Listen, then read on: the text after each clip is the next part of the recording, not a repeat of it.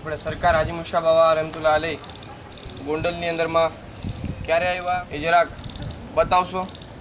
કે સરકાર મદીનાવાળા આકા સલ્લલ્લાહુ તાલા અલૈહિ વસલ્લમ ના દોર પછી ખિલાફતનો દોર ચાલુ હતો. ખિલાફતના દોર બાદ ઇમામતનો દોર આવ્યો અને ઇમામતના દોર પછી સરકાર ગોશે પાકના કરમથી વિલાયતનો દોર ચાલુ થયો અને વિલાયતનો દોર કયામત સુધી ચાલુ રહેશે. હા, ઇન્શાઅલ્લાહ. અને વિલાયતના દોરમાં દુનિયામાં જ્યારે જ્યારે જ્યાં પણ જરૂર પડી છે ત્યાં સરકારે મદીના સલ્લલ્લાહુ અલૈહિ વસલ્લમના હુકમથી અલ્લાહના વલીઓ ઉમ્મતની રહેબરી માટે સરકાર મોકલે છે અને એ વલી જે તે જગ્યાએ જઈને ઉમ્મતની રહેબરી કરે છે. એવી જ રીતે સરકાર હાજી મુશા બાવા રહમતુલ્લાહ અલૈહ ગોંડલ શરીફમાં સિંધ પંજાબથી 40 વર્ષની ઉંમરે પગપાળા ગોંડલ શરીફમાં આવ્યા અને આવ્યા પછી તેમણે 72 વર્ષ સુધી ગોંડલમાં રહીને અવામની, કોમની અને ઉમ્મતની ખિદમત કરેલી છે. અને જેટલા પણ દીન દુખિયાઓ એમના દરબારમાં એમની હયાતીમાં આવતા અને સરકાર એમની રહેબરી ફરમાવતા અને એને મદદ કરતા. અને સરકારની હયાતે જિંદગી 112 વર્ષ હતી અને આ ગોંડલ શરીફની અંદર 40 વર્ષની ઉંમરે આવ્યા અને 72 વર્ષ સુધી ગોંડલ શરીફમાં રહ્યા પોતે. અને જ્યારે પ્રથમ વખત આવ્યા ત્યારે ભગવતપરા 29 નંબરની શેરી છે એની અંદર સરકાર એક ખાટકી ને ત્યાં તેઓ રહેતા અને ત્યાં ઘણો સમય સુધી ત્યાં પોતે રહ્યા. અને સરકાર હાજી મુશા બાવા એમનો હસબે મામૂલ હતો કે સરકાર ફજરની નમાજ પછી હજરત બૌદલ શાહ વલી સરકારની દરગાહ છે ત્યાં જઈને પોતે કુરાન મજીદની તિલાવત કરતા અને ત્યારબાદ પોતે ગામમાં અને ગામમાં પણ તેમના ચાહવાવાળા ઘણા છે અને જે તે વખતે પણ હતા. અને ત્યારે તેઓ ગુંદાળા શેરીની અંદર મહમદ ઈશાભાઈની શેરીમાં તેમની બેઠક છે ત્યાં તેઓ બેસતા અને ત્યાં તેમના ચાહવાવાળા એમની પાસે બેસતા અને જ્યારે જ્યારે જેને જેને જે તકલીફો હતી એની સરકારને વાત કરતા અને સરકાર એમની મદદ ફરમાવીને એમની મુશ્કેલ કુશાઈ કરી દેતા.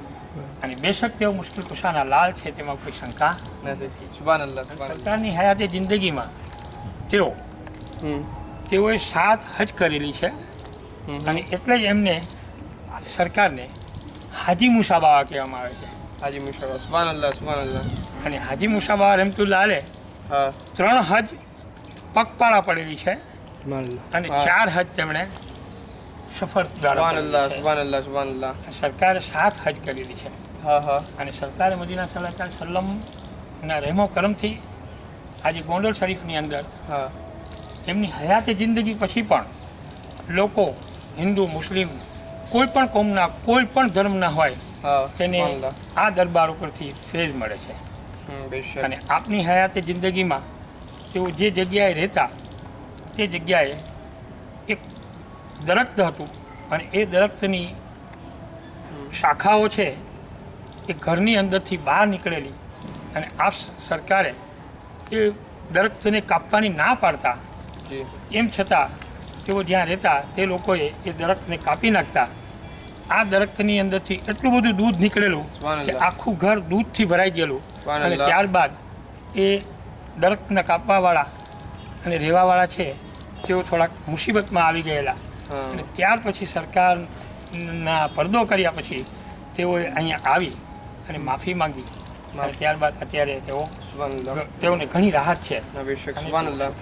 તો આપની જિંદા કરામતો અને આપની રૂહાનીથી કરામતો શું હતી? તે હયાતીની જિંદગીની અંદરમાં કરામતો કેટલી હતી અને આપ જ્યારે પડદો ફામોશ થઈ ગયા એ બાદમાં બી કેટલી કરામતો હતી?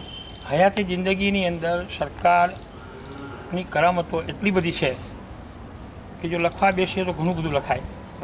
પણ હું ટૂંકમાં કહું તો સરકારની પાસે જેટલા માણસો બેસતા એ પૈકી અમારા દાદા સસરા જેને કહેવાય, દાદા સસરા જે છે ફતેહ મોહમ્મદ કાસમ કાસમ ફતેહ મહમ્મદ.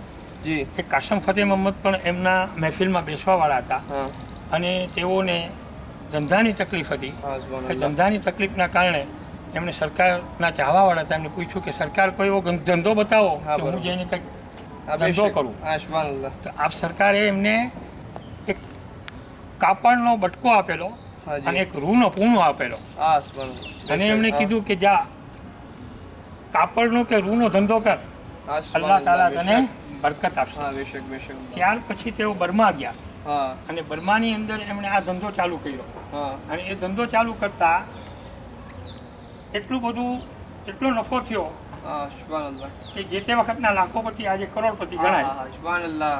એટલો બધો એમણે નફો કર્યો. બેશક બેશક અને બેશક. સરકારની મોહબ્બત એમને એટલી બધી હતી કે સરકાર જ્યાં સુધી હયાત રહ્યા ત્યાં સુધી હા એમની સાથે તેઓ મોહબ્બત કરતા. બેશક. અને એમનો વિશાલ થયા પછી પણ સરકારે વસિયત કરેલી હા હા કે દયાલા ખાનદાન મારી ન્યાજ કરે હા હા અને સુભાનઅલ્લાહ. જે મને પસંદ છે એવો જરદો બનાવે અને એ જરદો અસરની નમાજ પૂરી થાય એ પહેલાં તમામને તકસીમ કરી દેવાનો અને ન્યાજ ઘરે ન લઈ જવી હા એવું એમની વસિયત હતી. અને એ વસિયતને આજે પણ દયાલા કુટુંબ બરાબર ફોલો કરે છે. ના બેશક સુભાનઅલ્લાહ. અને છેલ્લે હેમતભાઈ દયાલા હતા ત્યાં સુધી એમની ન્યાજ થતી અને આજે પણ થાય છે. ના બેશક સુભાનઅલ્લાહ. અને સરકારના કરમથી આજે પણ સરકારના રહેમો કરમ છે દયાલા કુટુંબની ઉપર કે દયાલા ખાનદાન અને અમારું ખાનદાન આ ન્યાજ હા સરકારની આજે પણ એમના સરકારના રહેમો કરમથી થાય છે થાય અને છે. સરકાર હંમેશા કબૂલ કરે છે. ના બેશક સુભાનઅલ્લાહ.